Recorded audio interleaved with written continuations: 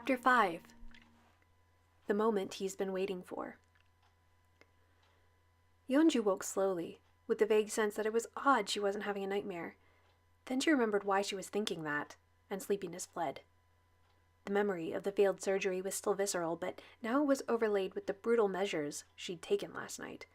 Even as she cringed, remembering roughly stabbing into that man, it felt like she was no longer trapped so closely by the other trauma.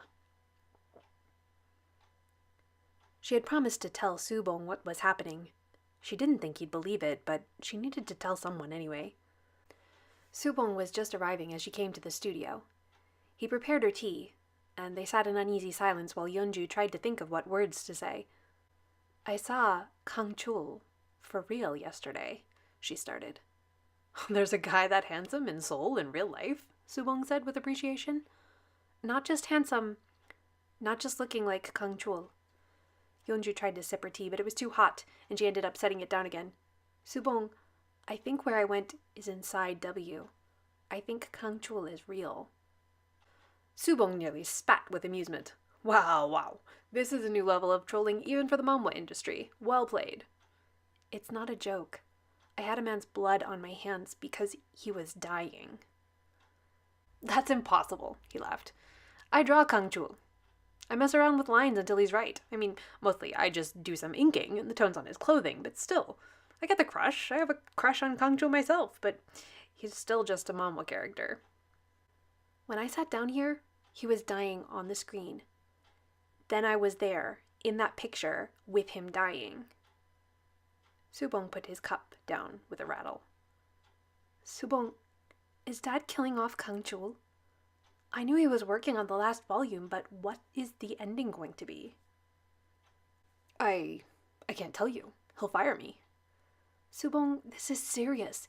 Even if nothing else is true, think of how my dad's been acting and how worried we are. What is he planning to do?"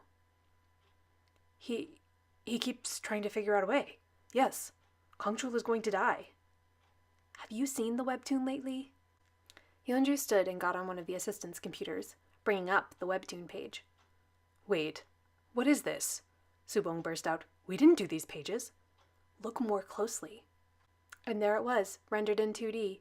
Bleeding, dying, Chul. A mysterious woman saving him, the art slightly screening the grisly details from view, despite suggesting it. "Yeonju," said Subong. "Is this you?" "Yes." He scrolled down. "That was really blood?" "Yes." He scrolled up and down a few times, then dropped back in his chair.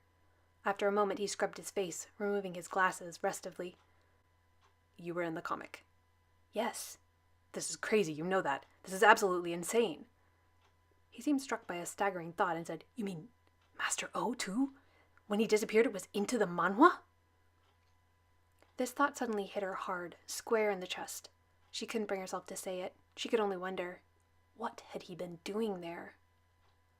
Subong leaned forward compulsively and began scrolling down again, then said, "Oh, your dad must be up. He's sending panels." He clicked on the message, and Yeonju leaned over his shoulder to look at it too. Her father was still trying to kill Kang Chul, she realized. In the picture, a mysterious nurse appeared with a syringe. As Yeonju read the label, she burst out, "No! No, I will not be party to this." And she ran toward her dad's workroom, but as she burst in the door, she found herself in a hospital room instead. Just as in the picture, a nurse was bent over Kang Chul's IV drip, while Sodo-yun and Kang Chul ignored her. The nurse dropped the syringe, startled, and Yeonju pounced on it. She looked up to find Kang Chul and Sodo-yun staring at her, and lamely said, "It's potassium. She's trying to poison you." Sodo-yun sprang into action, literally vaulting over the bed to get the nurse's hands behind her back. But the poor woman started crying. She didn't resist at all, and though Yeonju appreciated the athleticism, such heroics seemed a little excessive. The man was not subtle, that's for sure. "Oh, Yeonju?" asked Kang Chul with the strangest calm. "I've been waiting for you to show up again." There were guards outside, who at the ruckus came in, taking Sodo-yun's captive from him. Sodo-yun immediately got on his cell phone, saying to whoever he called, "You'll want to come back up. She's here with us." Yoon So-hee, Yeonju realized, still on her way out of the building. Then, as she meekly handed the syringe over to Sodo-yun as evidence, it hit her again that she was looking at a manhwa character. In the flesh, So Do-yoon was a little stockier than she'd realized, though not heavy on his feet, with gold in the brown of his eyes, looking like he shaved carefully but still had a 5 o'clock shadow at 3. The hospital room was like nothing she'd ever seen in her career in medicine, more similar to a ritzy living room that just happened to have a hospital bed. And last, Kang-chul. In the manhwa, the only change in his look over the years had been a slight sharpening of her father's style, and the way he was dressed, his haircut. But here she saw that he had, well, an age, not an older one than he was supposed to have. In fact, for 30, he looked incredibly pretty. But there were still slight creases at the corners of his mouth, and a stubble over his chin, and his eyes had a hard, assessing cast no drawing could convey when he smiled in such a friendly way. Something that had been clenched in her, like a knot in her belly, softened as she saw him, alive after all. And then, even her knees seemed to be going soft, and she helped herself to the chair where So Do-yoon had been sitting, facing Kang-chul. "Are you all right?" Kang-chul asked, sounding more curious than concerned. "I'm sorry I had to disappear on you like that before," she said, when the dizziness faded. "Do-yoon, leave us a moment?" Kang-chul asked. "So-hee is on her way up now," Do-yoon reminded him. "So-hee is here," the ever-chic woman said herself. The clothes Yoon So-hee wore were splashy in a graphic design sort of a way, but not like doll clothes, just very sleek. Bold white, traced in black, and a satiny purple blouse. Yeonju was aware, for a moment, of her errands day outfit of cotton capris and venerable t-shirt. "I assume the police are on their way too?" Yoon So-hee added. "No," Kang-chul contradicted. "You know that our investigations only get bogged down if they get first crack at it. Ms. Yeonju, are you willing to answer some questions for us?"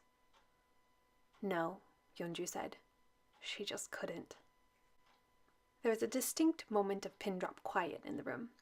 So-hee's narrowed eyes were more intense in real life, too. There was a fullness to her Yeonju realized her father hadn't tried to get across. How was that possible? That there was more to these characters, but they still matched so closely with her own impressions. "It's no wonder the police didn't find her," said Yoon So-hee with a sudden grin. "You gave terrible information, Joel. Had a housewife vibe, you said." "To be fair," Yeonju said, "I was wearing my glasses last night." "It must have been the pain obscuring my vision. You are a lovely woman," Kang-chul said. "Oh, come on, you always say that to random women." "Oh, come on, you always say that to random women." There was a disturbed silence.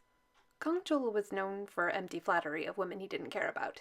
He was only tough on So-hee, which was part of why fans were so sure they'd be together eventually. But, of course, she shouldn't have known that, having only met him once. "The famous charm of Kang-chul, media mogul," she said, trying for damage control. "Nice to know my reputation is for charm," Kang-chul said.